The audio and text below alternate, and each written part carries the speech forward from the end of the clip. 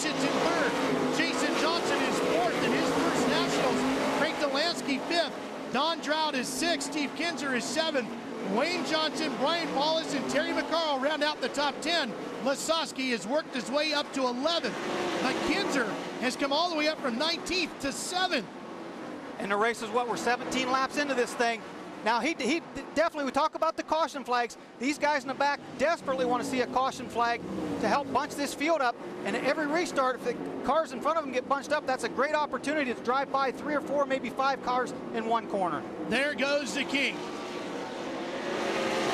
Actually, we saw Steve Kinser do that a few years ago. I believe it was his first year with his own team. Started 14th, looked like he was going to run 6th or 7th, had a late race caution. Everybody went to the bottom of the racetrack on the restart. He went to the top, passed about 5 or 6 cars, eventually winning the race. Oh, there it is. Terry McCarl brings out the yellow.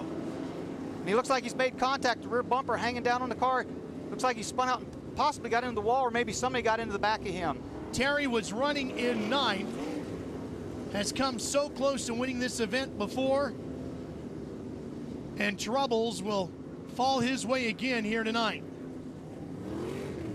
You know, Brad, this is one driver who is arguably one of the most jovial anywhere in racing, not just in sprint car racing, but anywhere, until the other night.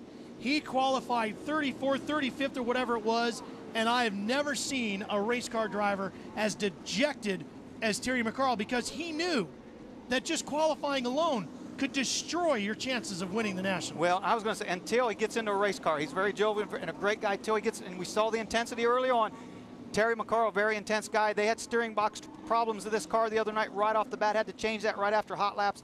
That was kind of the downfall of their week, and boy, the struggles here continue. Let's show you the top 5 with 19 of the 30 laps completed. Shatz leading. Saldana, Johnson, Myers, and Delansky all will roll right up onto the backside of the 15 when we come back from break. Wednesday night on Speed is time for payback. All-star Tim Duncan grew up on the island of St. Croix. While he grew into a superstar in the U.S., he never forgot his friends. Now Duncan has a chance to repay his childhood friend Rashidi, who runs a boys club in St. Croix. Don't miss payback Wednesday, 10 Eastern on Speed. While we were away, Billy Alley, visited the work area for a sticking throttle, but he has made his way back out onto the track. There is Billy.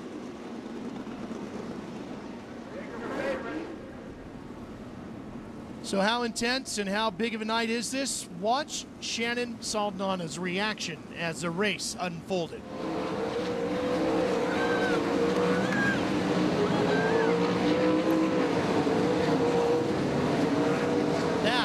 When Joey lost the lead. She rides every lap with her husband, Joey Saldana. She is a very intense lady when it comes to racing. Her father-in-law, Joe, won this race back in 1970, and Joey had hoped for so many years to be the first father and son to win the Nationals. Kraig Kinser beat him to it last year as he matched Dad with a Nationals win. Steve Kinser, by the way, is up to 7th, and we've got 11 laps to go. A guy we haven't talked about right there on the bottom, 41, Jason Johnson. His first Nationals, a good run for him. He takes a look to the inside of Joey Saldana. He's up to 3rd.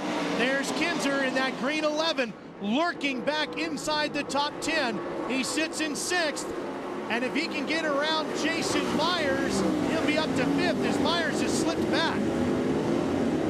And we've got Shane Stewart up along the wall on the inside of the front straightaway, and the 28 is involved in that as well. Brian Paulus's left rear axle is broke on that car, whether that was before the contact or after. As you can see, the left rear wheel looks like the axle itself is probably broken. Well, he's pulled the steering wheel out, and he's unstrapping himself from the cockpit, and Brian will crawl out. One of the best at self-promotion in sprint car racing. Brian Paulus does an outstanding job of beating his own drum and letting the world know about his efforts. He absolutely does, and it's gotten him a long way in racing too. And he's very, very good at it, as you said. So our second caution of the A main tonight, this one a red flag period. Let's go back and show you what happened. This will be just the end of it on the front straightaway.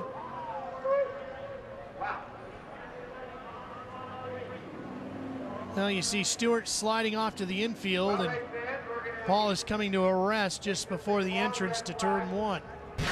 About halfway down the front stretch, actually. He's just in front of the flag stand. More time for these drivers to think about strategy. We'll have 10 laps to go when we come back to the Nationals. Welcome back to the Knoxville Nationals, presented by Midwest Ford Dealers. We're under a red flag period here at the Nationals, so a lot of the cars in the work area and crews quickly working on those cars. And one man who will be intense as to what is going on with the 15 is the father of our race leader. He's standing by with Tony Bachhoven. Dony Shatz, you guys have been in this position so many times, so close to getting this first win. Tell us what you're feeling right now. Well, we're really good, and hopefully we can just keep rolling around the way they are. Don is really fast. He's exceptionally good in lap traffic, and if we're ahead on the last lap, we'll get this one won. Will you go over there and give him any pointers with just 10 to go? No way. Right now, I'm not so sure Dony Shatz would want any pointers, Brad. No, I think he's pretty focused. And that car is rolling around the corner so well. And something I noticed before we went to the caution here, the red flag, that car was pushing coming out of the corner right in the middle of the racetrack, and that's a good sign. That means that car is getting a lot of good forward bite.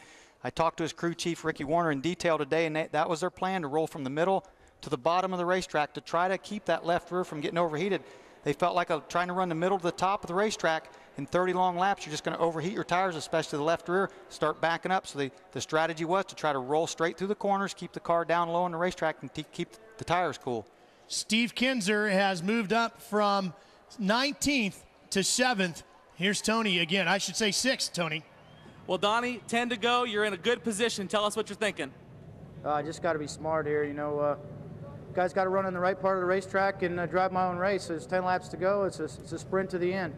Your car's been so good on the racetrack the last couple nights. Is it just as good tonight? Car feels really good right now wherever you put it. It's just wherever the driver don't make any mistakes going in the corner, and I got to keep from doing that. Sometimes I got to slow myself down a little bit, and I think I'm able to do that here now. You know, we talked about how Donnie has all these superstitions, and one of his superstitions, he has 3 driver suits he tends to run. A black one, a white one, a yellow one. He wears them in order, and then he goes back to the beginning. Tonight, a brand new suit, but he's leading the Nationals. And we'll be back for the final 10 laps after this. Doug Clark stands high above the racetrack, and we will go green when he decides it's time to go back to racing. Let's check in with Dave Argabright. Willie Kane is the crew chief for Joey Saldana. Willie, what did you do to improve this car to help your driver? We just changed the gear, went to lower gear by a good bit, and trying to get the car to come off the corner better. We're just going to hammer the bottom here the last few laps and see if we can make something happen. We don't want to run second. What'd you tell your driver just before he pushed? To hammer the bottom. He's going to hammer the bottom. Well, what this red flag does, Brad, is it shifts a lot of that pressure off the driver for a couple minutes, but squarely onto the shoulders of the crew chief. Well, you could hear Dony Shatz talking about he didn't want to mess up, and he just had to hit his lines and all that stuff, but absolutely on a red flag, puts the pressure on these guys to make the right change. It's interesting to hear Willie Kane to say that he went to a lower gear, because that's one of the first things. Joey Saldana came from the back of the A main to 7th the other night. Instead of being happy, get out of the car, the first thing he said, you got to put more gear in this race car, which means he wants more RPMs out of the engine. That's exactly what they did on this red flag. We'll see if it can help. But again, it puts a lot of pressure on these crew chiefs to make the right decision on the red flags. If you're wondering about the blonde girls on the number 9 car, one of the sponsors of Casey's car is Mike Curb Records, and that's a new country act, apparently Bombshell, that's debuting here at the Nationals as well. It's a great opportunity. And a lot of teams take advantage of the huge coverage that the Nationals gets to unveil new sponsors and new paint schemes and lots of different stuff. Absolutely, this is the place to do it, and they will. They'll roll out all new graphics on the car, change up the look. The uniforms are all different for the crew, and this is a big event. Everybody knows that all eyes are on Knoxville in August. Including Dony Shatz, who has a brand new paint scheme here this weekend. Well, let's show you some of the highlights